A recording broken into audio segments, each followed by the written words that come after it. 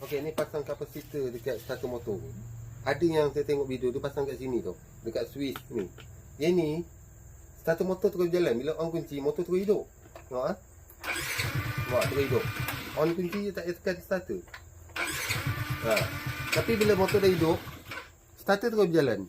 So bateri kuat makan, starter motor cepat rosak. Sebab enjin hidup, starter sentiasa berjalan tu. Ni sambung dekat ni switch ni.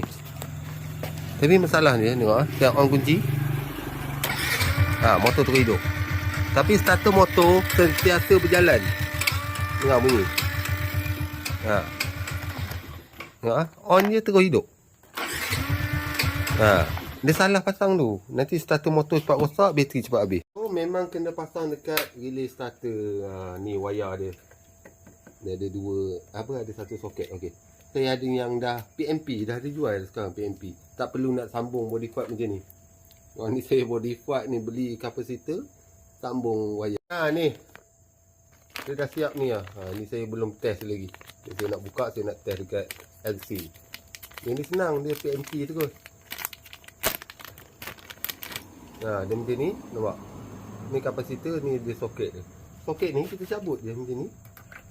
Jantan cucuk dekat betina. Ni cucuk dekat sini. So senang, mudah, nampak?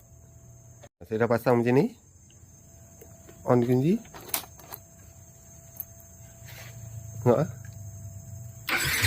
nampak? Senang. Kalau tak pakai ni, yang ni, kapasitor ni. Tengok ni. Nampak tak boleh. Tak boleh. Dia kena tekan lama kan. Bila pakai ni, sekali tekan je. Okey, kalau R15, dia dekat kabel tepi ni. Nampak? Gili dia kat sini. Nampak? Cabut macam ni. Sama juga dia macam RC tadi. Dia dah PNP untuk cucuk macam ni. Okey. Okey, R15. R15 dekat sini. Nampak bateri dekat sini. Ni, mati. Pergi ke ni. Sikit je. Nampak? I15 dekat sini. Cover tepi ni kena buka. Okey, kiranya untuk NV8 dia dah memang ada push start. Sebelum ni memang tekan sikit pun dia dah hidup. Jadi kalau tambah juga, dia jadi function macam ni je lah. Tekan brake, tak payah tekan ni lah. Tekan brake dia terus hidup. Nampak? NV8 pasang dekat ni.